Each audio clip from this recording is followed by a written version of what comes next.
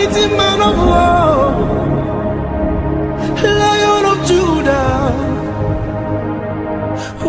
Hallelujah, praise God. You are welcome to today's telecast on the Moment of Change with Apostle Dr. Kola Faith, your regular host. Shall we pray?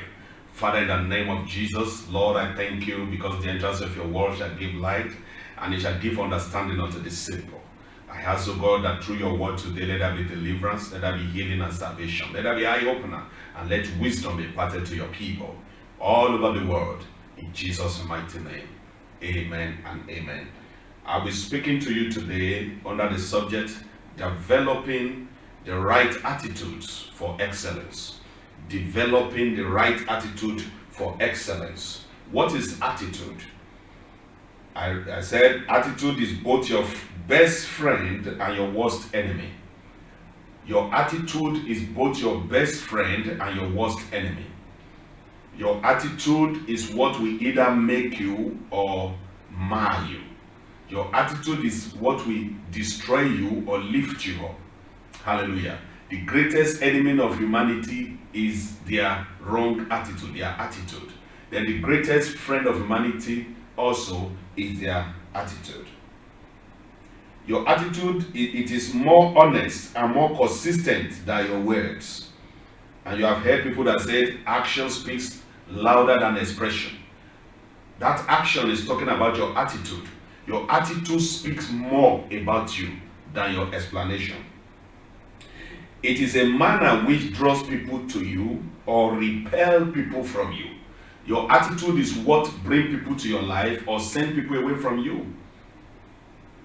If a pastor is married and maybe the wife doesn't have right attitude, good attitude, the attitude of the wife is repellent, that church will never grow. And if you're a pastor, you have bad attitude, you have anger, you have bad attitude within you, you have attitude that repel people, that send people away, your ministry will never grow.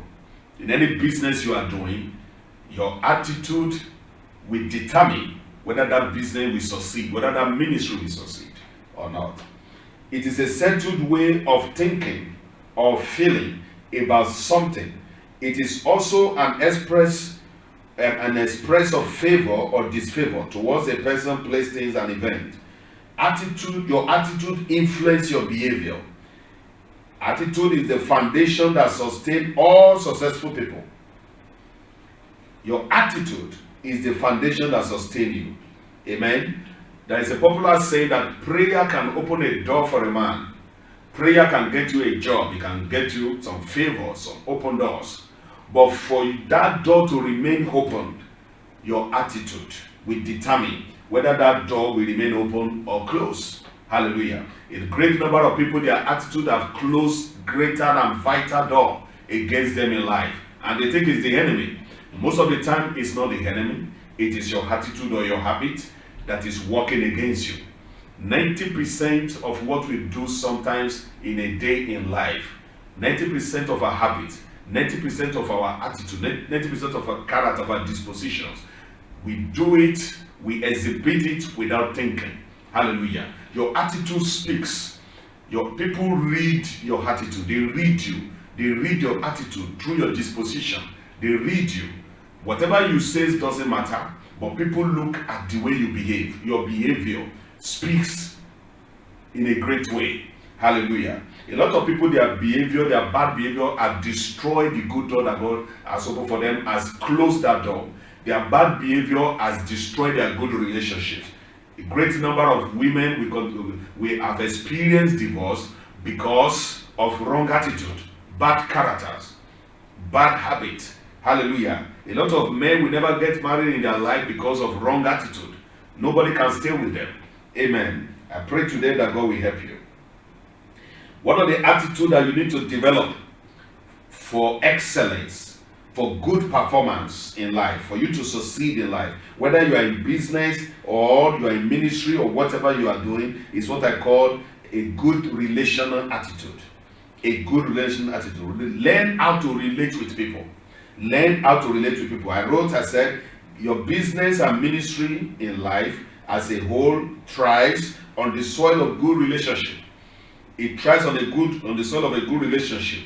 Every businessman needs good relationship. You need good customer relations. You need people in your life. Every pastor, what is the use of a church, of a cathedral without people inside? What is the use of a big edifice of a church? 1,000 seater, 5,000 seater without anybody inside. So your attitude, your good relational attitude will determine whether people will remain with you or people will leave you. It will determine whether people will patronize your business or not. As a businessman or businesswoman, if your level of relational attitude is zero or negative, then your business will suffer defeat. If your relational attitude is zero, you don't have good relationship skill, you don't know how to relate with people, you don't know how to talk to people, you don't know how to address customers, that business will suffer defeat. Hallelujah. The next one is that as a businessman, you must learn to relate well with your client in order for you to maximize good profit. Human relation is the hallmark of any trade that wants to succeed. Any life that wants to succeed, any trade that wants to succeed, human relations, good human relations is the hallmark, is the foundation, is the bedrock that business will be established upon. Amen. You might have good business environment, serene environment, good structures, but if you don't have good human relations, you don't know how to relate with human beings, you don't know how to talk to people, you don't have human feelings, you don't know how to carry human beings along, you don't know how to listen to human beings, you don't know how to befriend human beings, how to be friendly, you don't have good charisma and all that, you don't know how to cheer people off, that business will suffer a defeat. Destruction and the edifice, they will be useless. Hallelujah. Then let's move on to the next one. You need attitude of appreciation and gratitude. Another attitude that you need to develop for excellence is what I call attitude of gratitude or attitude of appreciation. I call it appreciation and motivation. In most parts of the world, in several offices and several places, people don't appreciate people that are working for them. They don't know how to motivate their staffs. They don't know how to motivate people. Do you know in your homes, as a father, there should be a time in a year you motivate your wife. You appreciate your wife for all the good work she has been doing in that house. As a wife also, there should be a time in a year you appreciate your husband. There should be a time you motivate your husband. Buy a little gift, a surprise package for your husband, also for your wife. And also as a father at home, as a parent at home, there should be a day in a year, a time whereby you appreciate your children. You motivate your children. Let them know how good they have been to that family, how impactful they have been. If you want your organization to grow, appreciate people with a thank you message anytime they offer you a gift or do you a favor. Hallelujah. You want your company to grow, learn how to appreciate your staff, how to motivate your staff. In this part of the world, in Africa, in this West Africa, people lack motivations. A lot of bosses, I've seen a lot of companies, a lot of organizations where people are working like jackass and nobody is appreciating them, nobody is motivating them. When you motivate your staff, when you motivate those people that are working for you, they do more. They go places, they go extra mile. But when you don't motivate people, they leave you. Hallelujah. I said, these people include your spouses and your children at home. In your little home, create time to celebrate your children. Reward their performance at home and at school. Buy that child a little gift. This is applicable to our churches and business centers. The director should appreciate his staff in order to create room for motivation. Every human being needs motivation. Every human being. Whether you are a Christian, you are this, you are that, you are not a religious person. Every human being needs to be appreciated. Every human being needs to be motivated. That is why you see Africa, a lot of good brains in Africa, they are migrating to Europe and America. Because in those continents, they appreciate qualities. They appreciate values. They appreciate people that contribute to their economies. But in this part of the world, in Africa where we are, it's so sad. People are not being appreciated, even for their gift. Can you imagine in some of our nations, The best student in mathematics will be given just an exercise book. Best student in mathematics will be given an exercise book with a pen as an appreciation, as motivation. And people who are doing nothing, who just do some other stuffs that are not connected, that cannot benefit societies, they give them cars, they give them billions of dollars. But the people who are doing well in science, who are doing well in mathematics, they don't appreciate them. They don't appreciate them. Sometimes they just give them one textbook, that's all. No motivation, nothing. And we now wonder why those people continue to migrate to other continents, to Asia, to America, to Europe, where they migrate there because of motivation, because of appreciation. Somebody will appreciate what they have. And there is a saying that when you don't appreciate what you have, it will depreciate. When you don't appreciate what you have, it will depreciate. So let us learn how to appreciate. Let's have attitude of gratitude. A lot of people will tell you that when you ask them, why didn't you show gratitude after I've extended this favor to you? The person will tell you, you are not the only one who could do that for people. So that brings discouragement. That closes door against them. When you show no gratitude to what people have done for you, you have closed the door against your next favor. The next favor that's supposed to come your way will never come. You close that door, you shut that door, because you show no appreciation. Even God himself, he wants us to show appreciation. The Bible says we should enter his court with thanksgiving. With thanksgiving. God wants us to give thanks unto him after he has done us well. After he has given us testimony, he wants us to give him thanksgiving. How much more human being? Next time somebody give you a recharge card, buy you a recharge card, your text message should be the first message that person should receive early in the morning, or in the next few minutes after you receive that favor. You should say thank you. Learn to say thank you. When you say thank you to people, when you appreciate people, it encourages them to do more for you next time. It opens door for the next favor that is coming on your way. A lot of people right now, as I'm talking to you, they don't know why the person that's supposed to favor them has stopped favoring them. They don't know why some doors are closed against them, because they lack attitude of appreciation. For you to develop a good attitude for excellence, for you to excel in life, for you to maximize your full potentials in life, for you to have profit in whatever you are doing in life, for you to make it in life, for you to succeed, you must develop an attitude of gratitude, attitude of appreciation and motivation. Hallelujah. Praise God. Whatever you don't appreciate dies. Whatever you don't appreciate depreciate. The thing will be devalued. Hallelujah. Everybody needs motivation. Everybody. In our churches, we can celebrate the best worker of the month, the best worker of the year, by giving them a little gift to motivate them to do more. And also, what motivation does is that it makes you have a sense of belonging in your working environment. Motivation makes people to have sense of belonging. When you motivate people in that office, your staffs, people that are doing well, you motivate them, buy them gifts, celebrate them, recognize their birthday. On their birthday, your little company, you can celebrate birthday for your staffs. Celebrate birthday for your staff is a kind of encouragement. In most companies, most organizations, the staff, they work 24 hours. They hardly see their family. They hardly go home to see their family. These people need to be motivated. They need to be appreciated. If you want them to perform more, to give their best to what they are doing, if you want them to be productive, you need to appreciate them.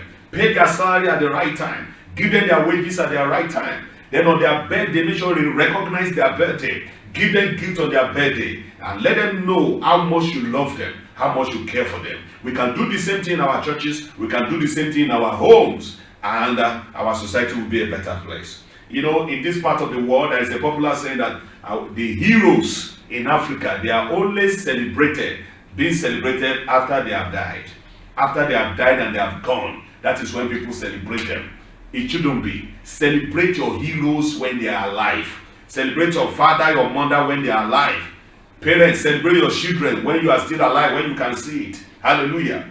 Celebrate them when they are alive.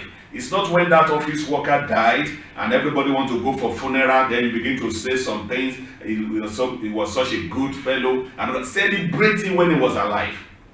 As a boss, as a chief executive, celebrate that worker of yours when the man is still around with you. Amen. Because life is short. Another attitude that you need to develop is what I call service-oriented attitude. Service-oriented attitude. For you to go higher in life, you must have a service-oriented attitude. Attitude of service. Attitude that serve. You must learn how to serve others. Many people, they just want to become boss. They want to become a leader, but they don't want to serve. They don't want to render service to anybody. A man of God said, what we call poverty around us is not poverty. It is a mirage. It's as a result of lack of service. Somebody doesn't want to render service. Somebody doesn't want to do something that can give him money. Service-oriented attitude. Then the next attitude is what I call attitude of forgiveness. Attitude of forgiveness and love. Attitude of forgiveness, this is very serious. Let's look at Joseph as a case study. Despite all that Joseph went through in the hands of his brothers, he never owes anything against them. He forgave them even before he saw their faces again. He rather summarizes his total life experience as the finger of God. When they met Joseph and eventually they discovered that it was their brother, these people began to shiver. They began to shiver. They began to sweat. And this man told them, he said, you don't need to do that. I am your brother. He said, God sent me ahead of you to preserve lives. What just happened is that God sent me ahead of you to preserve life. That is, what happened to me is the finger of God. If not for what, that is, it was God that allowed you to do exactly what you did to me. Unforgiveness and grudges will keep you bound. Unforgiveness can turn you into a murderer, just like Cain. Unforgiveness can turn you into a murderer, just like Cain. Because of unforgiveness, bitterness, Cain killed his brother Abel. He killed his brother Abel. He said, am I my brother's keeper? Even when God was asking, where is your brother? Am I my brother's keeper? He was telling God that. Did you put me in charge of my brothers? So that is what unforgiveness can do. It will turn you to a murderer, to a killer. And when you harbor unforgiveness in you, you cannot be your best in life. You cannot be your best in life. The best you're supposed to be in life, you can never be. Hallelujah. Because unforgiveness kills. It's just like cancer. It kills even more than cancer. It's like something that is eating you up inside. And one day you will fall dead. Hallelujah. So the attitude of forgiveness, you must develop attitude of forgiveness. That is why when Peter asked Jesus, he said, for how many times will I forgive? In a day. When somebody offend me, how many times will I forgive before I will stop to forgive them? Jesus Christ says, for 70 times 7 times in a day. 70 times 7 times in a day. That's 490 times in a day. In one day, 490 times. Multiply by 1 week. Multiply by 1 month. Multiply by 1 year. Before you will stop forgiving people, you must have done it for 70 times 7 times in a day. That's what Jesus says. That is, the implication of what Jesus is saying there is that continue to forgive. Continue to forgive. Because if you don't do that, if you harbor unforgiveness, want to look at what people are doing towards you and other stuff, you will cripple yourselves. And let me tell you, one of the things that unforgiveness does is that it gives you sickness. It gives you pain in the heart. And this thing can develop into hypertension, develop into stress, develop into hypertension. And later you have high blood pressures. And you can just die like that. Hallelujah. So unforgiveness produces sickness.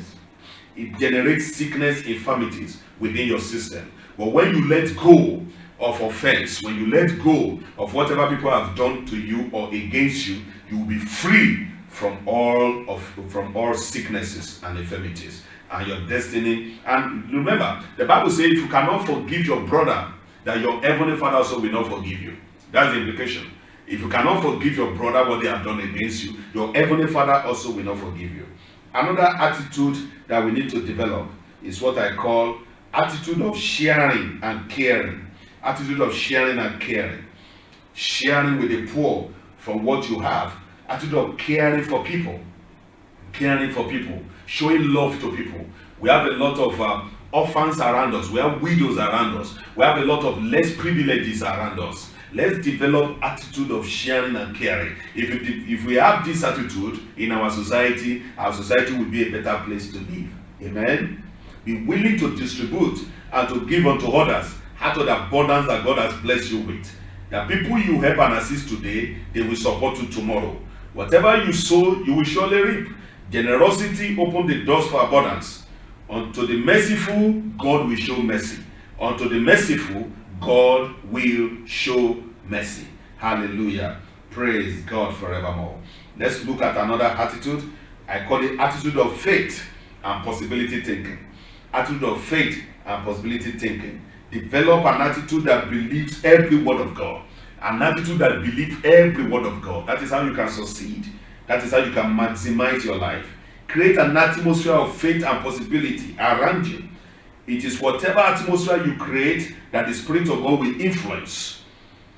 If a preacher always creates fear in the heart of his congregation, what you will get is grasshoppers kind of believers. These kind of believers never dare to attempt something big in their life. Create an atmosphere of faith for your life. Develop an attitude of faith.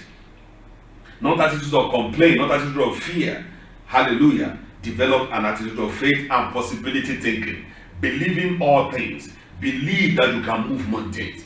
Believe that this sickness will never remain in your body forever. Believe that you are healed according to the word of God. Believe that it is well with you. Believe that God will make a way for you where there is no way. Believe that there is nothing impossible for God, because it's the God of all flesh. Nothing is too hard for him to do. According to Jeremiah 32 verse 27, the Bible says, behold, I am the Lord God of all flesh. Is there anything too hard for me? Is there anything too difficult for me to do? Believe God and you see the glory of God. You remember when Moses took the children of Israel and they got to the bank of Red Sea, and the Bible says Egyptians, Pharaoh and his army, they were coming behind, and God told Moses, he said, keep moving. Tell these people to move forward. To move forward where? Into the sea. Hallelujah. So God wanted to put their faith into action. And God told Moses, said, stop crying. What is in your hand? And Moses said, there is a rod in my hand. And God said, stretch forth your hands toward the sea, and you will see my miracles. And Moses stretched forth his hand by faith towards the Red Sea, and the sea parted. And the children of God, they were able to walk on dry land. Hallelujah. Praise God. Do away with unbelief. Do away with faithlessness. Develop your faith life. Develop an attitude of faith. You don't pray for faith. You develop faith. You work it out gradually. You practice faith. You develop it. You practice it. It's something that you practice. It is being practiced. You start it. You practice it. And it begins to grow. Hallelujah. Praise God forevermore. So you develop an attitude of possibility and an attitude of faith. And with this, you will be able to maximize your life. You'll be able to maximize excellence in your life and in your destiny. Amen. How this message is blessing somebody over there. God bless you. Let's look at the next attitude. You need to develop an attitude of what I call a resilient attitude. Attitude of never giving up. The attitude of never, you are not ready to surrender to defeat. Resilience is the process of adapting in the face of adversity, in the face of trauma, tragedy, threat, or even significant sources of stress, such as family and relationship problems, serious health problems, workplace and financial stress. It means bouncing back from difficult situations, bouncing back from difficult experience. So the attitude of resilience is an attitude that makes you to bounce back even in the face of opposition, in the face of woes, in the face of difficult experience. No matter what you have gone through in life, the tragedy, the threat, you are not ready to surrender to the devil. You are not ready to give up. An attitude that is not ready to give up, that is a resilient attitude.